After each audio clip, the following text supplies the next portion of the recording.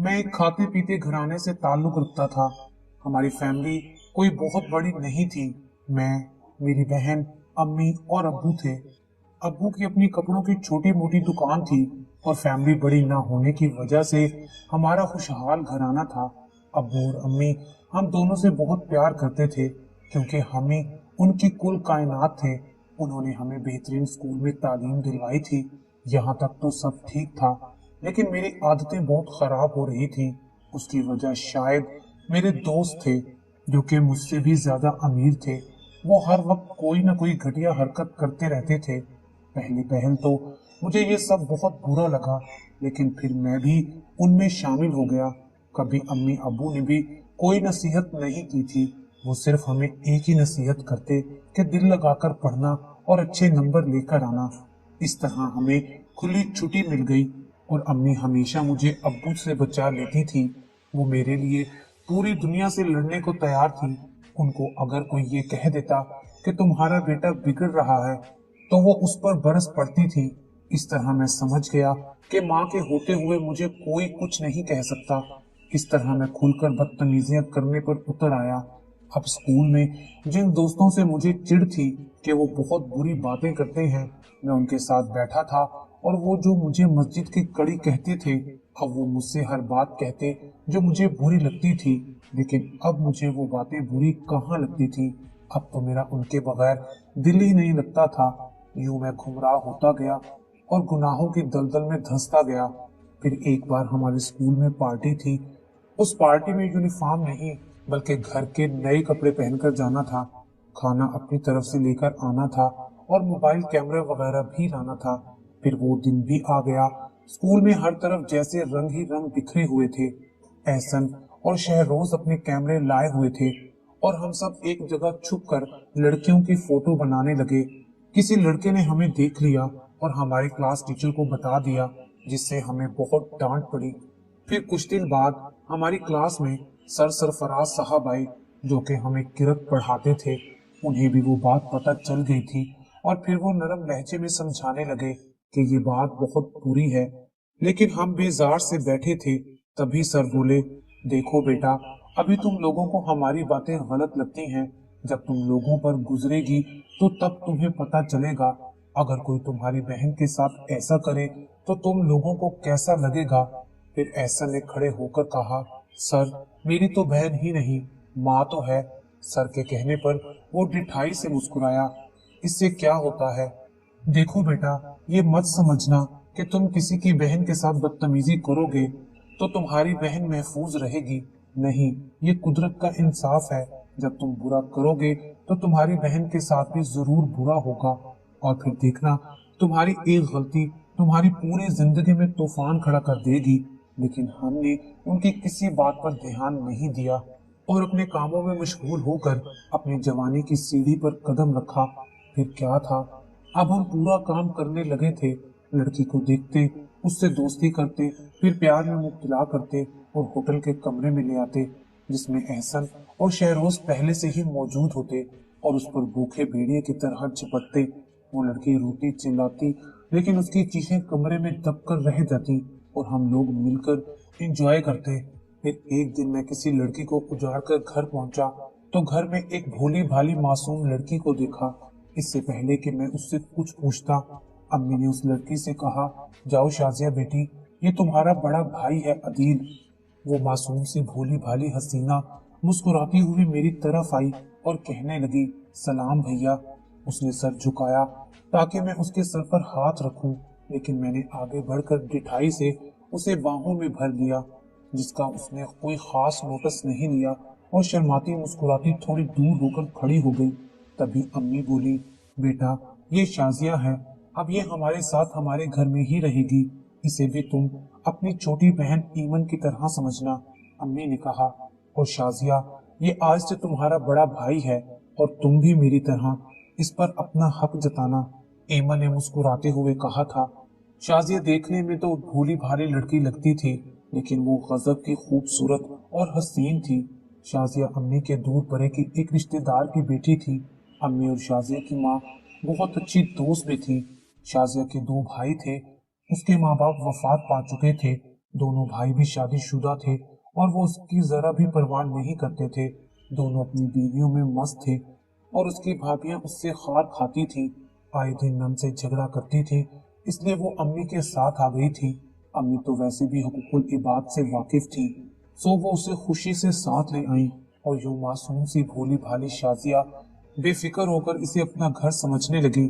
शाजिया को जो काम बताया जाता डटकर वो काम करने लगती और वो मेरे काम तो बहुत ही शौक से करती थी। एक दिन मैंने उसे कपड़े इस्त्री करने का कहा था। वो गुनगुनाते हुए मेरे कमरे में दाखिल हुई। अदील भाई, कौन से कपड़े इस्त्री करूं? उसने मासूमियत से पूछा था और मेरे अंदर का दरिंदा आहिस्ता आहिस्ता जागने लगा था। वो सफेद वाले कर दो, मैंने कंघा करते हुए कहा था। नहीं अदील भाई, आज आप ये वाले कपड़े पहनो, देखो कितने प्यारे लग रहे हो आप, उसने कपड़े दिखाते हुए कहा और मैंने उसे जोर से अपने गले लगाया। इससे पहले कि मैं कोई मजीद पेशकदमी करता, वो पीछे हुई और उसकी आंखों में आंसू थे। क्या हुआ? मैंने हैरानी से पूछा था।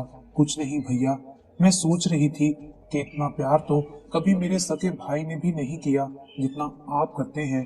उसने आंसू साफ किए और बाहर निकल गई और मैं शैतानी सी हंसी हंसता हुआ उसे देखता रहा और सोचता रहा कि सब्जा तो घर में ही मौजूद है, एकदम नरम और फ्रेश फ्रेश। ये सोचकर मैं हंसने लगा।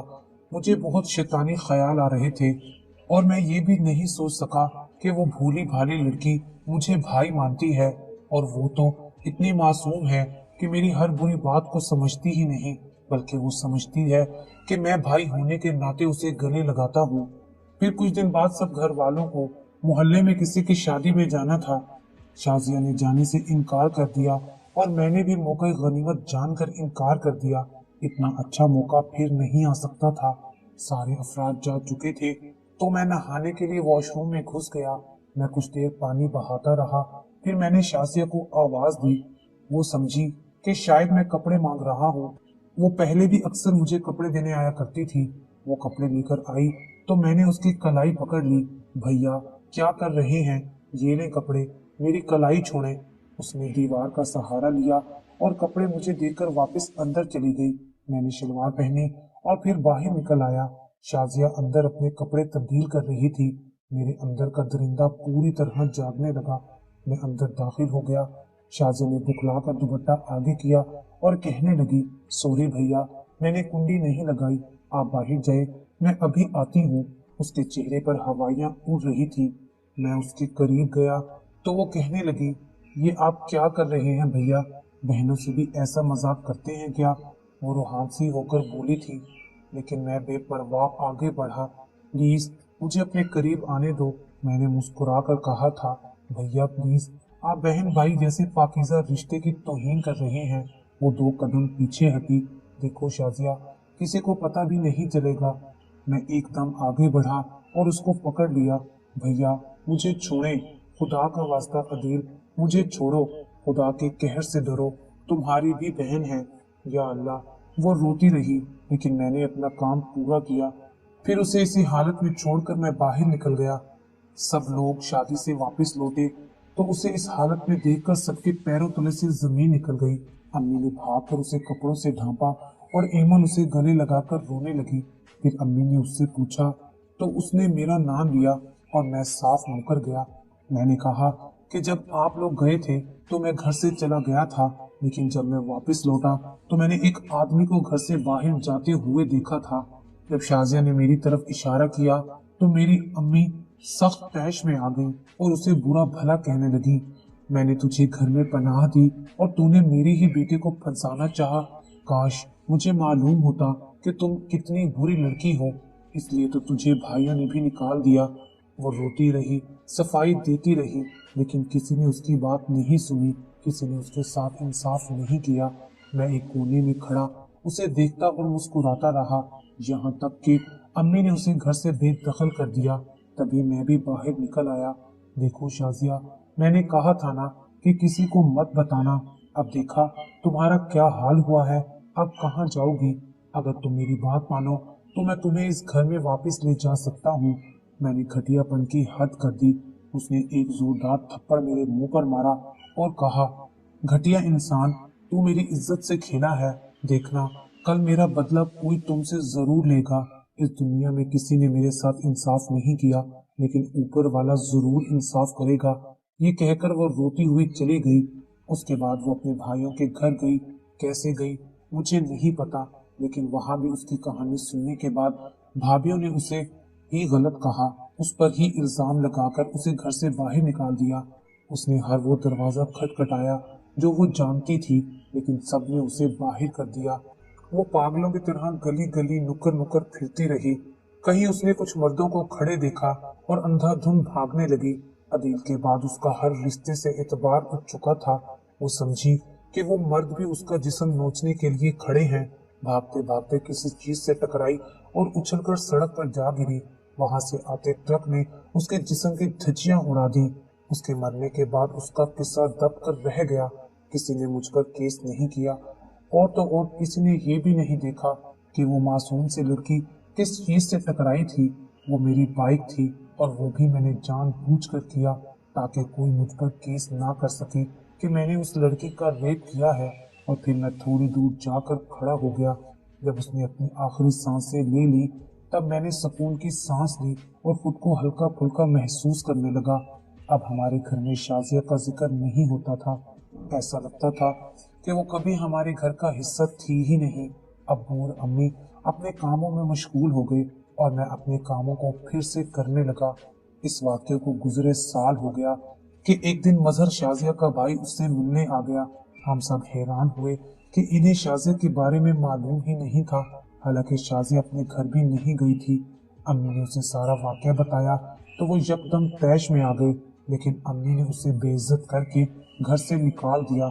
मजहर घर पहुंचा तो उसने सबसे पहले अपनी बीवी नाहिद को अपने पास बुलाया और उससे शाजिया के बारे में पूछा। तो उसने कहा कि वो यहाँ नहीं आई थी।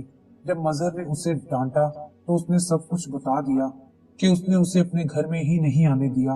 मजहर अपनी बीवी से बहुत नाराज हुआ, लेकिन अब क्या फायदा था। वो मासूम तो इस दुनिया से जा चुकी थी, वो भी बदकार का नाम पाकर। फिर 5 साल का तवील अरसा गुजर गया और अब मेरी बहन ईमन भी जवान हो चुकी थी, और इस अरसे में ईमन का रिश्ता आया जो कि हर लिहाज से बेहतरीन था। अम्मी ने झट से हाँ कर दी और फिर रोज शॉपिंग होने लगी। ईमन का सारा जहेज इकट्ठा हो चुका था। मैं भी बहुत खुश था, और होता भी क्यों ना, आखिर मेरी बहन की शादी थी।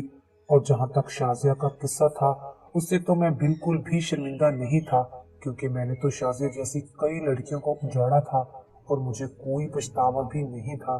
कभी कभी मैं सोचता था कि लोग कहते हैं जो दूसरों के साथ जो कुछ करता है उसके साथ भी वही होता है, लेकिन मेरे साथ ऐसा कुछ नहीं हुआ था। अब तो मेरी बहन की शादी भी हो रही थी। ये सोचकर ही मैं पुरसुकून था, लेकिन कहते हैं ना कि अल्लाह के आगे देर है अंधेर नहीं। इस तरह एमन को माया में बिठा दिया गया और अम्मी अबू बाजार फर्नीचर का सामान देखने चले गए।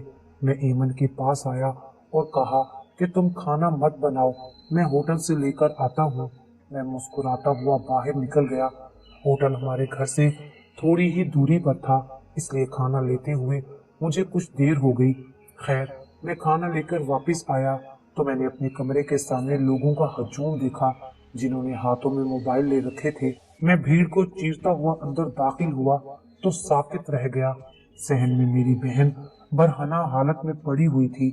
ठीक वैसे ही जिस तरह मैं शाजिया को छोड़कर गया था, मैं काम कर रह गया और लोग खड़े उसकी तस्वीरें बना रहे थे। मैंने जल्दी से उसे उठाया और कमरे में ले गया। अम्मी अब्बू भी आ गए, वो भी ये सब देखकर रोने लगे। मुझे शाजिया याद आने लगी थी जो मुझे भैया कहती थी, और हर वो लड़की याद आने लगी जो मुझे बहन का वास्ता देती थी। आज मुझे पता चला कि जब अपनी बहन के साथ ऐसा होता है तो कैसा लगता है। मैंने पूछा कि किसने किया है। एक आदमी ने कहा, अख्तर ने। मैं शदीद गुस्से में उसके घर की तरफ दौड़ा। वो खाना खा रहा था। मैंने घर में दाखिल होते ही उसका गला दबाकर उसकी जान ले ली। इसी असना में किसी ने पुलिस को फोन कर दिया और वो आकर मुझे पकड़ कर ले गई। उसके बाद मुझे अदालत में ले जाया गया, जिसमें मैंने अपने सारे अगले पिछले गुनाह कबूल किए कि शाजिया से मैंने जबरदस्ती की थी। अम्मी अब्बू सीना थाम कर रह गए और मजहर और अजहर की बीवियां शर्मिंदा सी नजरें चुरा गई। मैंने सारे गुनाह कबूल कर लिए थे, इसलिए अदालत से मुझे उम्र कैद हो गई।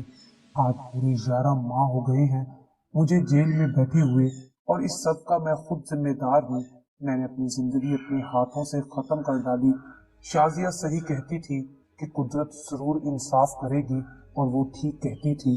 आज कुदरत ने इंसाफ कर दिया था। यही मेरी सजा है। जब मुझे वालिदैन की खिदमत करनी चाहिए थी, मैं जेल में आ गया था। मेरी बहन की मेरे कर्मों की वजह से शादी टूट गई थी। अगर मैं शादी कर लेता और एक इज्जतदार जिंदगी गुजारता, लेकिन अब क्या हो सकता था। शाजिया रोज मेरे ख्वाब में आती थी और मुझे कहती, अदील तुम्हें सजा जरूर मिलेगी। और जब मुझे सजा मिली तो वो एक दिन मुस्कुराती हुई आई। देखा अदील, किसी ने मेरे साथ इंसाफ नहीं किया, लेकिन कुदरत का इंसाफ देखो, उसने कैसा इंतकाम लिया है मेरा। इतने अरसे में अदील की माँ सिर्फ 2 बार ही उससे मिलने आई थी। वो माँ जो उसके लिए सारी दुनिया से लड़ने को तैयार थी, वो आज उसकी वजह से अपने खानदान से कट कर रहने लगी थी। पहली मुलाकात पर अम्मा ने कहा था, अदील मुझे ये कहते हुए बहुत शर्म महसूस हो रही है कि मैंने तुझ जैसे बेटे को जन्म दिया है, और दरअसल गलती मेरी है। मैंने तुझे अगर शुरू ही से लड़कियों की इज्जत करना सिखाई होती तो आज ये नौबत ही ना आती। मेरी बहन एक जिंदा लाश बनकर रह गई है, और यही हाल अब मेरे माँ बाप का भी है। गली से गुजरते हुए उन्हें कितनी जिल्लत उठानी पड़ती है, ये तो वही जानते हैं। लेकिन एक बात तय है, इंसान जो कुछ भी करे, बिलखसूस बुराई, तो इससे पहले अपना अंजाम भी अच्छी तरह सोच ले, क्योंकि खुदा की लाठी बे आवाज होती है।